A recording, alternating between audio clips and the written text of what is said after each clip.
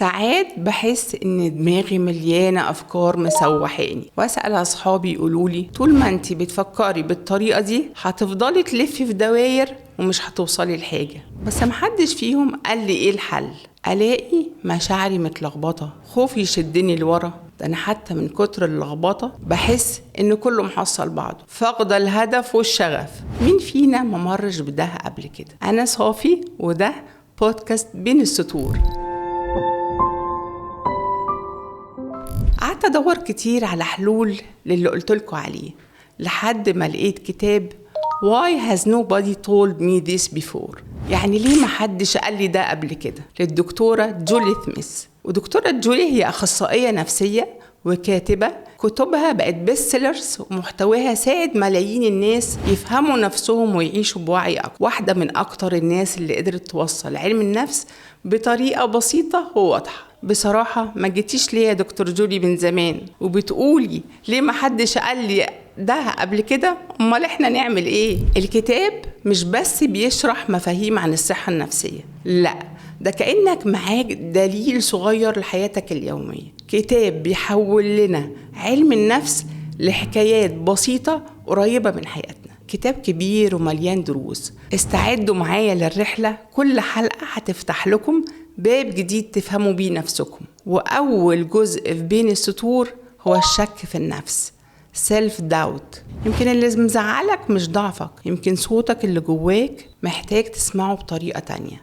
في الجزء الأول هنتكلم عن الشك في النفس وإزاي نفهمه بدل ما نحاربه. ساعات بيجي في شكل صوت واطي يقولك هو أنت فعلا هتقدر؟ كان غيرك أشطر. وساعات تانية الصوت يعلى شوية لدرجة انه يغطي على كل حاجة حلوة فيك ويخليك مش شايفها. دكتور جولي في كتابها بتفاجئنا، بتقول ان الشك في النفس مش عدو لازم نحاربه، ده مجرد اشارة زي لمبة بتنور في العربية، معناها ان في مشكلة، لكن مش معناها ان الحل ترمي العربية. الحل انك تقف وتعمل صيانة للعربية، تشوف ايه اللي محتاج يتصلح عشان تكمل المشوار. المشكلة بقى اننا بدل ما بنعمل الصيانة دي مع نفسنا بنهرب، يا إما بالانشغال أو المقارنة أو نلبس وش القوة المزيفة، والنتيجة الشك بيزيد. طب إزاي نواجهه؟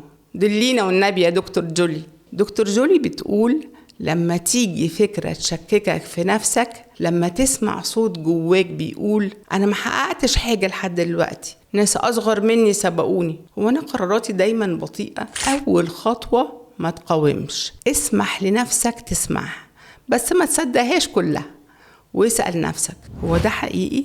طب ايه الدليل على الكلام ده؟ هتتفاجئ ان اغلب اللي بيقولوا الشك مجرد كلام في دماغك مش حقيقي. كل مرة تسأل وتفكر صوتك الداخلي هيبدأ يهدى وهيفكرك انك مش ضعيف، انت بس محتاج تفهم نفسك قبل ما تصدقها. تاني خطوة، خلي بالك من الطريقة اللي بتتكلم بيها مع نفسك. تخيل كده لو صاحبك جه وقالك أنا فاشل، هترد عليه وتقوله فعلا؟ أكيد لأ. فازاي بتقولها لنفسك؟ أحيانا بنكلم نفسنا بطريقة ما نقدرش نكلم بيها حد تاني. دكتور جولي بتقول إن صورتنا عن نفسنا بتتكون من المرايات اللي حوالينا، الناس اللي بنشوف نفسنا في عيونهم. لو مدحوك تصدق إنك كويس، ولو انتقدوك تشك في نفسك. وده اللي اسمه The Looking Glass Self، يعني نفسك في مرآة الآخرين. المشكلة إنك تنزل صورة على السوشيال ميديا تلاقيك قاعد بقى مستني اللايكات والكومنتات. الناس دي مش دايما بتشوف حياتك، هم بيشوفوك من تجاربهم هم، وبيشوفوك من مخاوفهم هم. انت بكده مش هتكون عايش نسخة من نفسك، هتكون نسخة من انت في عيون الناس. الناس ممكن تبصلك من زاويتهم، من تجاربهم، مخاوفهم، مش من حقيقتك. ودي مش دعوة ان احنا نتقبل نفسنا زي ما هي بسلطاتها وبابا غنوجها، absolutely. دي دعوة انك ما تشوفش نفسك من خلال الاخرين. تالت خطوة، دكتور جولي بتحذرك اوعى تبص لنفسك في مرايات الناس، بص جواك. كل مرة هتحاول تكون الشخص اللي الناس عايزاه هتبعد عن الشخص اللي انت عايز تكون. رابع خطوة، ساعات سبب الشك مش نظرة الناس، لكن انك بتحاول ترضي الكل. كم مرة قلت وانت جواك عايز تقول لا، وبعد موافقت حسيت انك متضايق؟ واللي بيعمل كده علم النفس بيسميه people pleaser، يعني ناس عايزة ترضي الناس كلها، بيخافوا على زعل الناس فيزعلوا نفسهم. طب بيعملوا كده ليه؟ خايفين من رفض اللي حواليهم ليهم، فبيضحوا براحتهم عشان يرضوا الناس. بس الحقيقة ان اللي بيحبك بجد هيفهمك ويقدرك حتى وانت بتقول لا.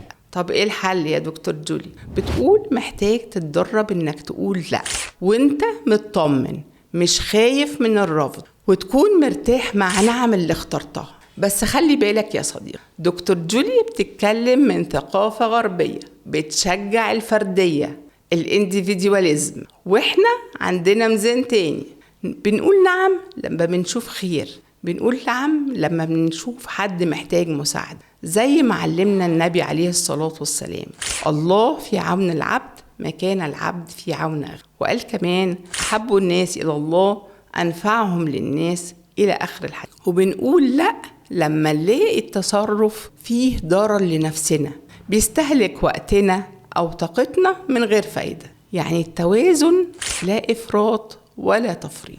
عمرك حسيت إنك تحت النور؟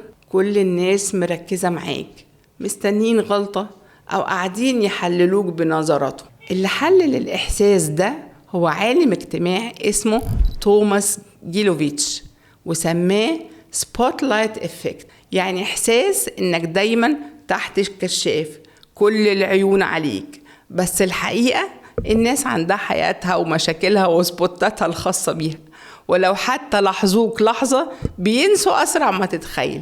فبلاش تضيع عمرك في وهم إن الكل مركز معاك، وما تخليش نقد الناس يعطلك عن حياتك. ودكتور جولي في كتابها Why has nobody told me this before بتقول 4 خطوات بسيطة عشان تتعامل بيهم مع النقد وتفك عقدة الخوف من رأي الناس. أول خطوة: اعرف مين رأيه يهمك وليه.